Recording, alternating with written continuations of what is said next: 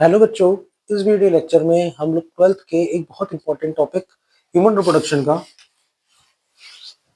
Reproduction में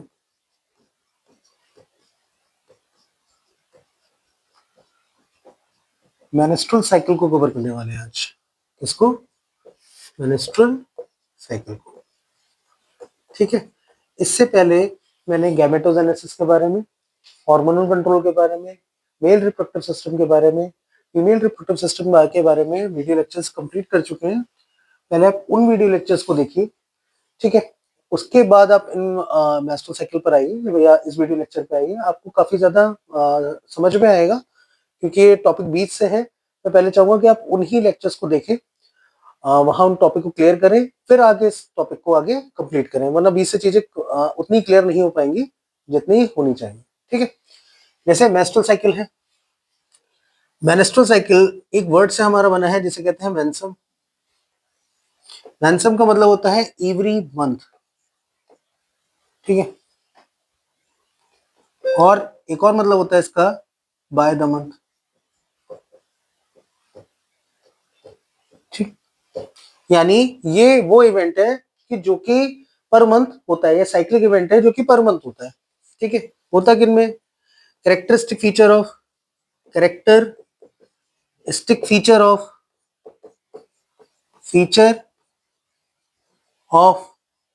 ठीक है, ये क्या है? कैरेक्टरिस्टिक फीचर है। किनका है? Primates female. किनका है?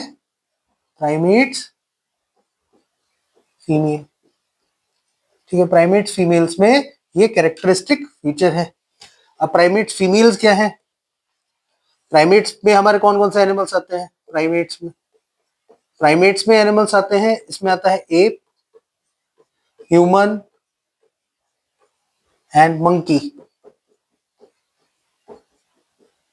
ठीक है, ठीक है। देखिए, अगर मैं इसमें साइट की बात करूं तो इसमें दो चीजें होती हैं during menstrual cycle. During menstrual cycle, ठीक है, cycle changes takes place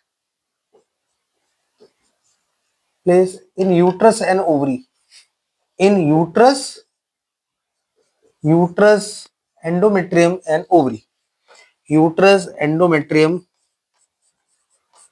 and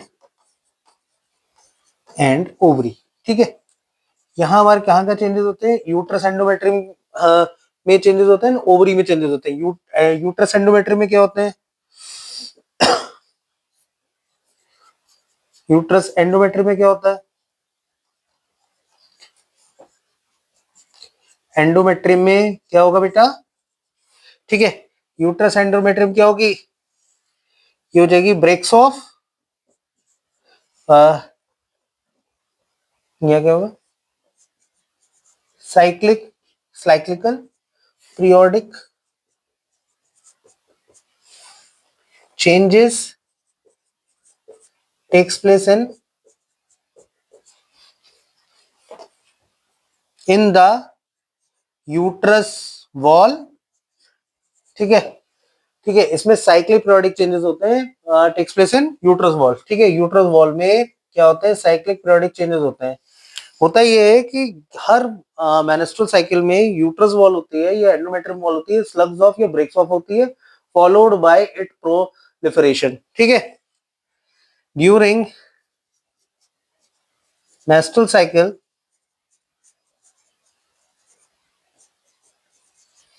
ठीक है, endometrium breaks off followed by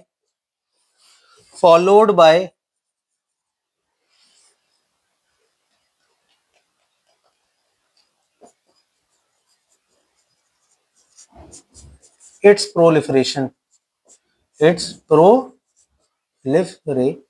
ठीक है, यानी इसका जो पहले ब्रेक्स होगी, फिर बाद में इसका प्रोलिफरेशन होगा। ठीक है, बात समझ में आई बच्चों? नहीं? ठीक है, तो मतलब पहला क्या है? मेस्ट्रुअल साइकिल का मतलब क्या होता है? मेंसम से हमारा ये हमारा डेरिवेट हुआ है वर्ड तो यानी मेंस्ट्रुअल यानी एवरी मंथ या बाय द मंथ, ठीक है। कैरेक्टरिस्टिक फीचर किसका है, प्राइमेट फीमेल का। प्राइमेट्स में क्या आते हैं, एप, ह्यूमन, मंकी आते हैं। अब मेस्ट्रुअल साइकिल में होता क्या है, इसमें यूट्रस, एंडोमेट्रियम एंड ओवरी में चेंजेस होते हैं।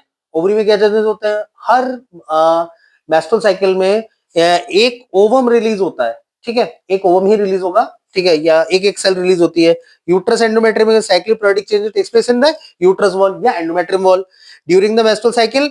Endometrium breaks off and followed by its proliferation, और उसका क्या होता है, प्रोलिफरेशन होता है, ठीक है।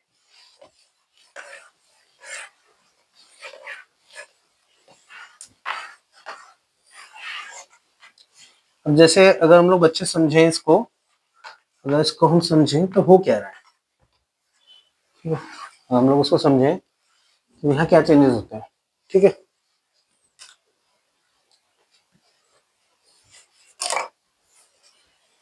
ठीक है, जैसे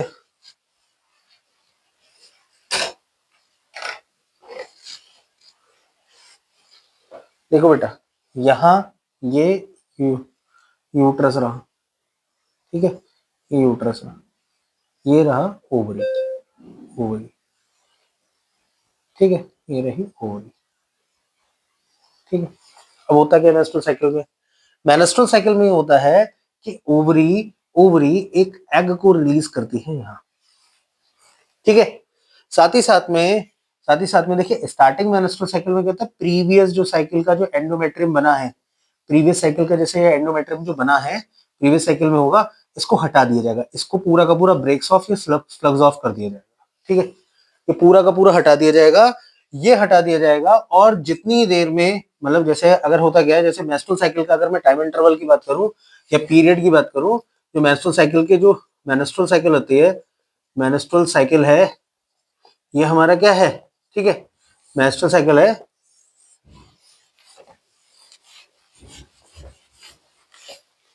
जैसे ये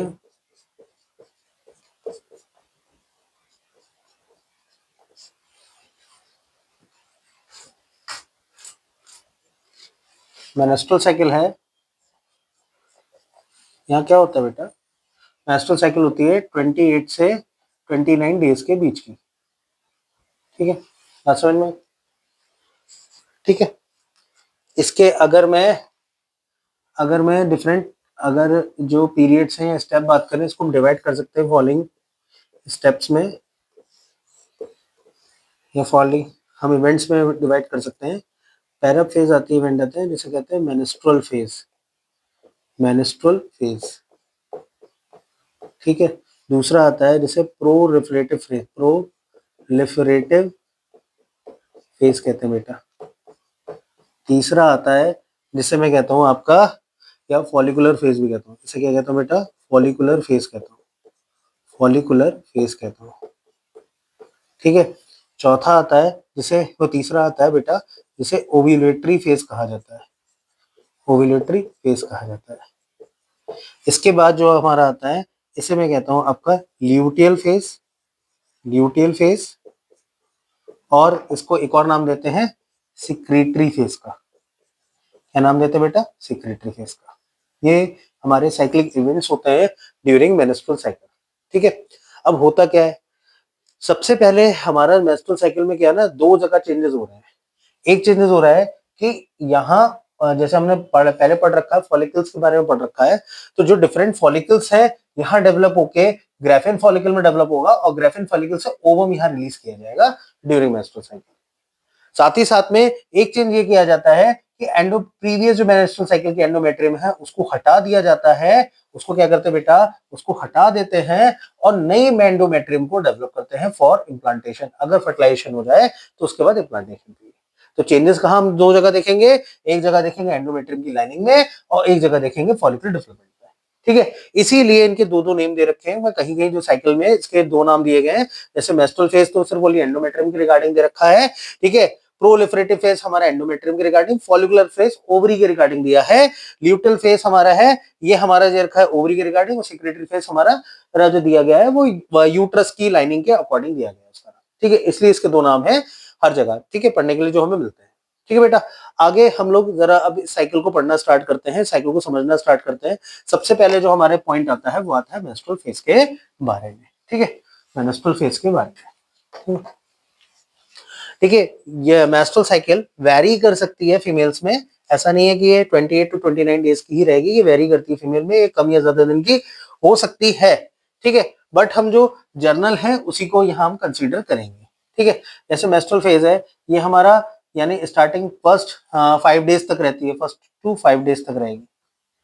ठीक है, इसमें क्या फर्स्ट डे क्या होता है, डे फर्स्ट, डे फर्स्ट। ठीक है, हम कब माने कि मेंस्ट्रुअल साइकिल हमारी स्टार्ट हुई है, हम तो मानेंगे, हम डे फर्स्ट उस दिन मानेंगे the corpus luteum, the corpus luteum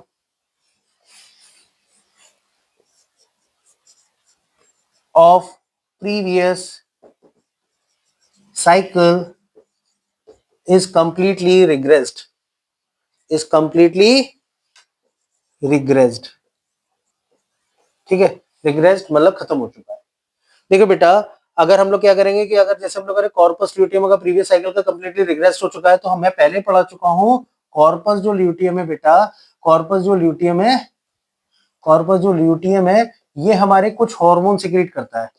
एक हार्मोन सिक्रीट करता है कि प्रोजेस्टेरॉन को, ठीक है, एक हार्मोन सिक्रीट करता है ये एस्ट्रोजन को, एक हार्मोन जो सिक्रीट करता है ये इनहिबिन को। ठीक है बेटा, इनहिबिन को सिक्रीट करता है, ये तीन मेजर हार्मोन सिक्रीट कर रहा है कॉर्पस ल्यूटियम। ठीक है बेटा, कॉर्पस ल्यूटियम क्या कर रहा है बेटा, ये तीन मेजर हार्मोन को सिक्रीट कर रहा है। अब कॉर्पस ल्यूटियम अगर तीन मेजर हार्मोन रिलीज कर रहा है, तो यहाँ जब वो नहीं है तो ये तीनों हार्मोन कब हो जाए, ये तीनों हार्मोन नहीं रहेंगे, तो यानी क्या होगा, प्रोजेस्टेरोन लेवल क्या होगा बेटा, प्रोजेस्टेरोन लेवल क्या हो जाएगा, ये लो हो जाएगा। ठीक है, एस्ट्रोजन लेवल क्या होगा बेटा, एस्ट्रोजन लेवल लो हो जाएगा। ठीक है, इसी के साथ जब इनहिबिन लेवल होगा तो इनहिबिन एफएसएच एंड एफएसएच के सीक्रेशन को कम करता है, तो यानी हमारे एफएसएच क्या हो जाएगा, फ्री फ्रॉम इनहिबिशन हो जाएगा, फ्री फ्रॉम इनहिबिशन, इनहिबिशन। ठीक है, ठीक है, फ्री एंड एलएच भी क्या होगा, एलएच भी हमारा लेवल क्या होगा, फ्री फ्रॉम इनहिबिशन, या हम इस तरीके से लिखते हैं LH FSH and LH free from inhibition, and LH free from inhibition, free from inhibition। ठीक है बेटा, फ्री फ्रॉम इनहिबिशन हमारे कौन से हो जाएंगे, एलएसएच एंड एफएसएच होंगे। हार्मोनल का समझ में आया ना कि कॉर्पस ल्यूटियम नहीं है तो क्या नहीं होगा, प्रोजेस्टेरोन लेवल लो होगा, एस्ट्रोजन लेवल लो होगा, FSH and LH free from inhibition, यानी अब ये पढ़ सकते हैं इनको इनहिबिट करने वाला फैक्टर नहीं है। इसके बाद क्या होता है, several follicles starts to develop. ठीक है, सेवरल फॉलिकल क्या होते हैं, स्टार्ट हो जाते हैं डेवलपिंग के लिए। ठीक है, और क्या होता है, एक और इवेंट होता है इसमें, endometrium lining, lining breaks off. ठीक है, ब्रेक्स ऑफ यानी मेंस्ट्रुअल ब्लीडिंग, मेंस्ट्रुअल ब्लीडिंग, और जिसे हम लोग कहते हैं मेंस्ट्रुअल फ्लो, एनसीईआरटी से मेंस्ट्रुअल फ्लो भी कहती है, टेक्स प्लेस। ठीक है, मेंस्ट्रुअल फ्लो टेक्स प्लेस। ठीक है, ये सारी चीजें होंगी। ठीक है, मेंस्ट्रुअल ब्लीडिंग होगी, और जो कौन है मेंस्ट्रुअल ब्लीडिंग हो जाएगी या मेंस्ट्रुअल फ्लो हो जाएगा, और यहाँ एंडोमेट्रियम लाइनिंग ब्रेक्स हो जाएगी due to absence of oestrogen, progesterone. Progesterone कम होगी, प्रोजेस्टेरोन का मेन काम क्या है, एंडोमेट्रियम लाइनिंग को मेंटेन करना। जो कॉर्पस ल्यूटियम नहीं रहेगा बच्चों, तो क्या होगा, एंडोमेट्रियम लाइनिंग भी मेंटेन नहीं रहेगी, और यहाँ जो मतलब एंडोमेट्रियम लाइनिंग मेंटेन ना रहने की वजह से क्या होगा ना बच्चों, कि ये स्लग्स ऑफ हो जाएगी endometrium lining, endometrial lining slugs of जाएगी या ब्रेक्स ऑफ हो जाएगी, जिसकी वजह से मेंस्ट्रुअल ब्लीडिंग टेक्स प्लेस। ठीक है, उम्मीद करते हैं बच्चों ये टॉपिक यहां तक तो क्लियर हुआ होगा। नेक्स्ट हम लोग फेज की बात करते हैं, प्रोलिफरेटिव फेज।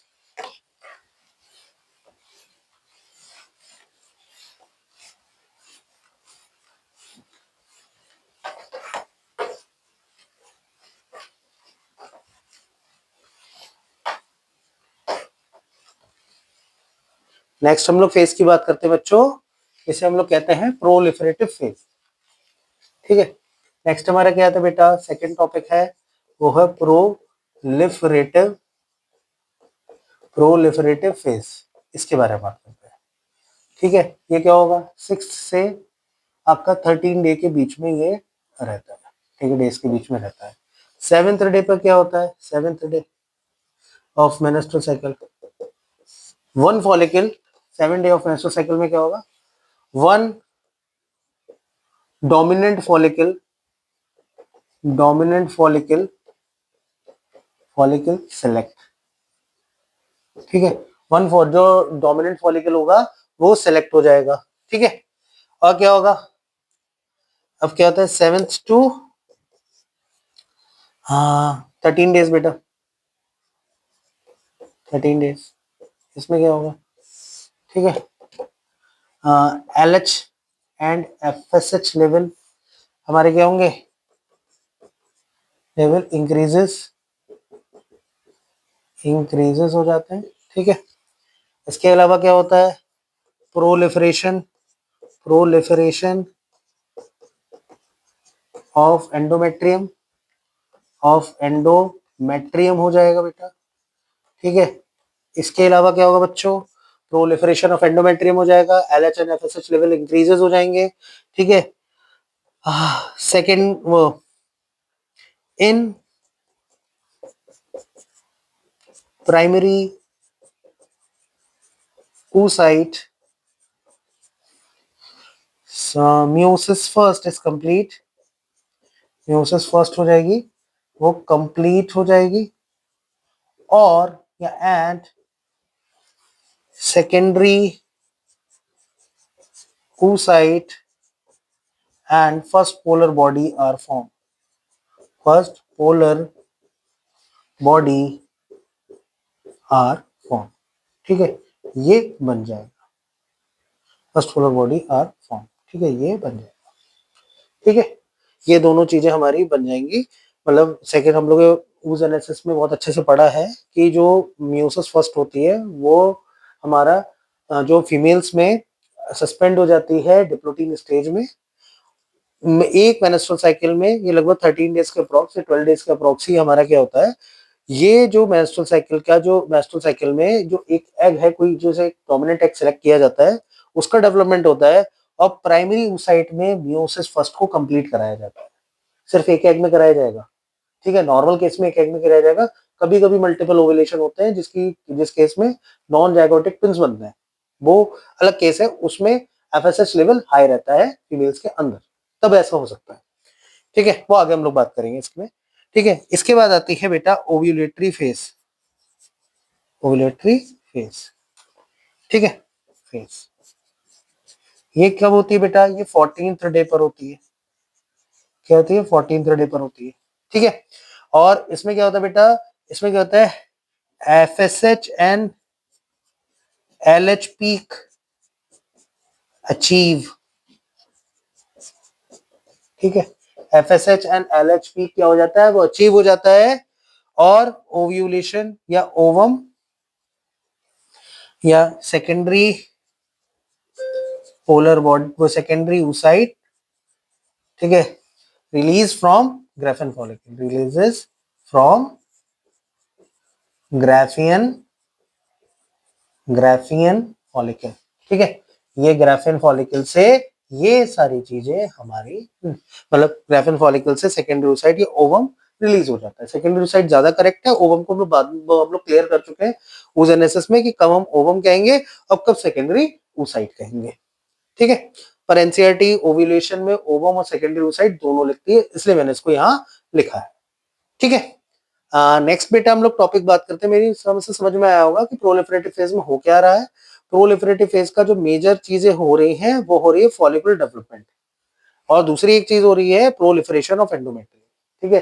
जैसे अगर अभी हम लोगों ने समझा कि मेंस्ट्रुअल फेज में क्या हो रहा है बेटा, मेंस्ट्रुअल फेज में जो एंडोमेट्रियम लाइनिंग है वो तो स्लग्स ऑफ हो रही है, वो तो ब्रेक्स हो रही है, और जब उसके बाद क्या होता है कि जब मेंस्ट्रुअल फेज खत्म होती है तो इसका एंडोमेट्रियम लाइनिंग का दोबारा प्रोलिफरेशन स्टार्ट हो जाता है ड्यू टू मतलब सेवरल हार्मोन्स, जो जो कई हमारे हार्मोन्स FSH LH है, ये हमारे क्या करते हैं, ये रिस्पॉन्सिबल हो जाते हैं प्रोलिफरेशन ऑफ एंडोमेट्रियम के लिए, ठीक है। उस समय एस्ट्रोजन लेवल भी बढ़ेगा, क्योंकि एफएसएच होता है वो ग्रैन्युलोसा सेल पे काम करता है, और ग्रैन्युलोसा सेल पे जब काम करने के बाद वो हमारा जो एफएसएच है वो रिलीज करवाता है एस्ट्रोजन को, जो कि हम लोग हार्मोनल कंट्रोल में समझ चुके हैं। ठीक है, अब यहाँ इसके बाद जो नेक्स्ट फेज आती है वो ओवुलेटरी फेज है। ओवुलेटरी फेज का मतलब क्या होता है? ओव्यूलेशन होना, ये रिलीज ऑफ ओवम होना। ठीक है, ये हमारी फेज में ओवम या सेकेंडरी oocyte रिलीज हो जाता है from graphene follicle, mature graphene follicle से रिलीज हो जाता है। नेक्स्ट हमारी जो फेज आती है वो होती है ल्यूटियल फेज और सिक्रेटरी फेज। ठीक है, वो हमारी फेज है ल्यूटियल फेज और secretary phase.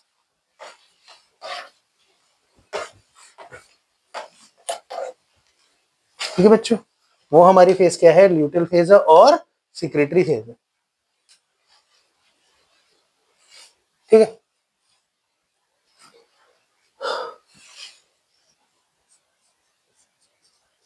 Luteal phase,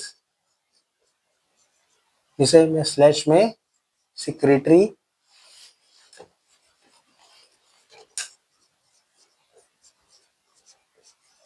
phase भी कहता हूं, या लिखा जाता है। ठीक है, इसमें क्या होता है? आफ्टर ओव्यूलेशन, ठीक है, corpus luteum, corpus luteum are form. ठीक है, ठीक है, इसके बाद क्या होता है? Progesterone, progesterone and estrogen level क्या होगा? इंक्रीजेस, ठीक है, इसके बाद क्या होगा? ठीक है, सिक्रीटरी एंडोमेट्रियम डेवलप, क्या हो जाता है बेटा? सिक्रीटरी एंडोमेट्रियम डेवलप हो जाता है। और इम्प्लांटेशन, ये इम्प्लांटेशन के लिए एक सिक्रीटरी एंडोमेट्रियम डेवलप होती है, इसीलिए इसे सिक्रीटरी फेज कहते हैं। यहाँ कॉर्पस ल्यूटियम बन रहा है, इसीलिए इसे हम लोग कॉर्पस ल्यूटियम कहते हैं। इसका जो टाइम ड्यूरेशन रहता है वो 14 डे ही है, 14 डेज ही है। ठीक है, एक जो मेंस्ट्रुअल साइकिल में एक इवेंट है जिसका टाइम इंटरवल या लाइफ स्पैन है वो सेम है, वो है कॉर्पस ल्यूटियम का लाइफ स्पैन या सेक्रेटरी फेज का इवेंट का पूरा जो इवेंट के डेज। सेक्रेटरी फेज या ल्यूटियल फेज के जो इवेंट है वो 14 डेज में ही कंप्लीट होंगे। एक और क्वेश्चन ये बन सकता है कि what is the life span of corpus luteum? Life span of corpus luteum क्या है? उसका आंसर है बेटा 14 डे। उसका आंसर क्या है? 14 डेज। ठीक है, 14 डेज ही इसका आंसर, 15 दिन है। जैसे अगर सपोज एक क्वेश्चन है, सपोज माना कि एनी मतलब एक जो फीमेल है उसमें मेंस्ट्रुअल साइकिल है वो 32 डेज की है। ठीक है, तो ओव्यूलेशन कब होगा बेटा? ओव्यूलेशन होगा 32 माइनस 40 यानी 18 डे पर। ठीक है, ये क्वेश्चन आता है, इस तरीके से क्वेश्चन आ जाते हैं कि अगर किसी फीमेल में मेंस्ट्रुअल साइकिल 32 डेज की है तो ओव्यूलेशन कब हुआ होगा? 18 डे पे होगा, क्योंकि यहाँ जो डेफिनेट है या जो चीज नहीं बदलती है वो 14 डेज है। इसका इंटरवल ल्यूटियल फेज का इंटरवल, ठीक है, या कॉर्पस ल्यूटियम का लाइफ स्पैन। ठीक है, सपोज है समझ में आया होगा। यहाँ एक और चीज होती है जिसे हम लोग कहते हैं एमेनोरिया। ठीक है, एमेनोरिया या एक दो इवेंट्स से मतलब एक दो पहले हमें टर्म्स और समझ लेनी है। पहला एक और हमारी टर्म होती है जिसे कहते हैं मेनार्क। ठीक है, मेनार्क ये होती है मेनेस्ट्रुअल साइकिल, मेनेस्ट्रुअल साइकिल बिगिंस। ठीक है, मेनेस्ट्रुअल साइकिल के बिगिंस होने को हम लोग क्या कहते हैं? मेनार्क। ये होता है ड्यूरिंग प्यूबर्टी। अब होता है बेटा ड्यूरिंग प्यूबर्टी। ठीक है, जिसका एज रहती है, ठीक है, वेरी करती है 11 to 13 ईयर्स इन फीमेल्स। ठीक है, दूसरा रहता है मेनोपॉज। मेनोपॉज, ठीक है, पॉज का मतलब होता है रुक जाना। ठीक है, मेनोपॉज का मतलब gestation of menstrual cycle. NCERT लिखती है अबाउट या नियर 50 इयर्स, नियर 50 इयर्स कम से कम मतलब जो मतलब वेरी करता है फीमेल्स में, पर ये 50 ईयर्स के बाद में अप्रोक्स जाकर मेंस्ट्रुअल साइकिल क्या होती है वो हमारी रुक जाती है या मतलब कैस्ट्रेशन हो जाता है या पॉज हो जाती है, ठीक है, मतलब वो उसके बाद स्टॉप हो जाती है, इसके बाद मेंस्ट्रुअल साइकिल नहीं होती है, ठीक है। इसके बाद एक और चीज है हमारी जो हमें यहाँ कवर करनी है, वो एक वर्ड हमें कवर करनी है, एक टर्म और पढ़ते हैं हम लोग, जिसे कहते हैं एमेनोरिया। क्या कहते हैं बेटा? एमेनोरिया।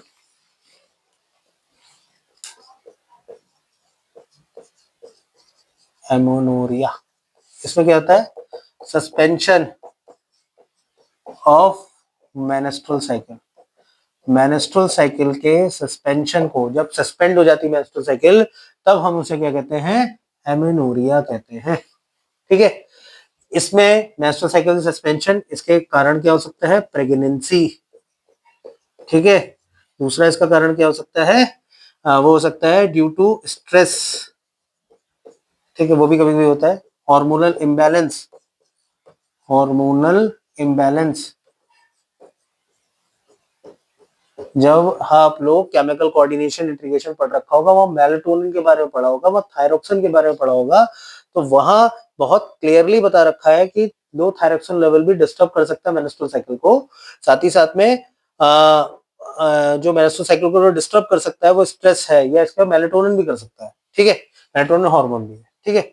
इसके अलावा एक और हो सकती है, वो हो सकती है लैक्टेशनल एमेनोरिया, ठीक है, लैक्टेशनल एमेनोरिया, जिसके बारे में नेक्स्ट चैप्टर में हम लोग बहुत अच्छे से पढ़ेंगे। वहां हमें मालूम पड़ता है कि ड्यूरिंग द लैक्टेशनल, जब फीमेल लैक्टेशनल पीरियड पर होते हैं, तब वहां अबाउट 6 मंथ तक, इसके लिए जो ये लगभग आंसर आता है वो 6 मंथ के लिए, हम 9 मंथ के लिए प्रेगनेंसी के लिए कंसीडर करते हैं, और लैक्टेशनल एमेनोरिया के लिए कंसीडर करते हैं 6 मंथ। ये वेरी करता है फिलहाल, मतलब क्लिनिकल वे में वेरी करेगा, बट अगर हम लोग जो क्वेश्चंस करते हैं या हम लोग जो इस चीज के लिए याद रखते हैं, वो लैक्टेशनल एमेनोरिया को 6 मंथ के लिए याद रखते हैं कि during the lactational 6 month period वहां मेंस्ट्रुअल साइकिल सस्पेंड रहती है, ठीक है। ओके, यहाँ हम ये कंप्लीट कर चुके हैं।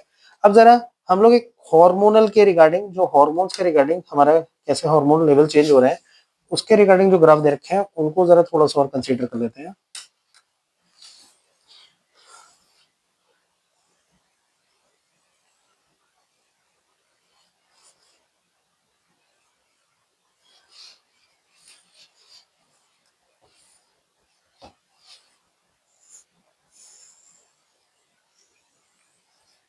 देखिए, ये जो ग्राफ है ये है LH के लिए, और ये जो है ये है FSH के लिए। इनका लगभग लगभग जो पीक है वो हमें 14th डे पर ही देखने को मिलता है, क्योंकि एनसीईआरटी ने इसको बना रखा है। इसके बाद एक और जो ग्राफ है इसको यहाँ बताया गया है, इसमें यहाँ हमारा क्या होगा? यहाँ ये जैसे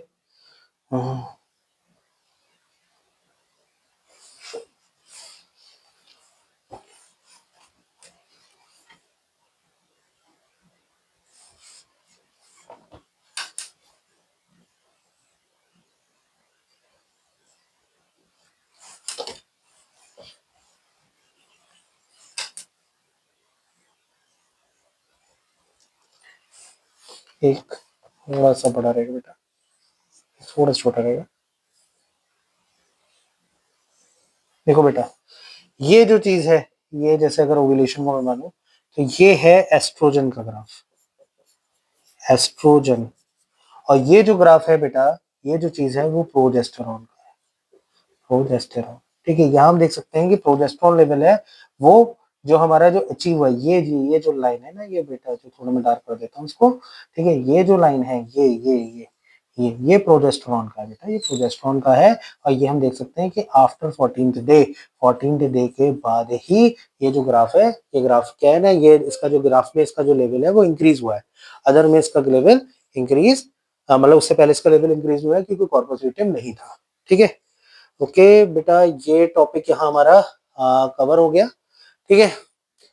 होपफुली ये लेक्चर आपको समझ में आया होगा। अगर इस चैनल को आप लाइक करें, सब्सक्राइब करें, कमेंट करें, और ताकि मैं इसी तरीके से और इंटरेक्टिव और हेल्पफुल वीडियो फॉर स्टूडेंट्स के लिए बनाता रहूं, ठीक है। थैंक यू बच्चों।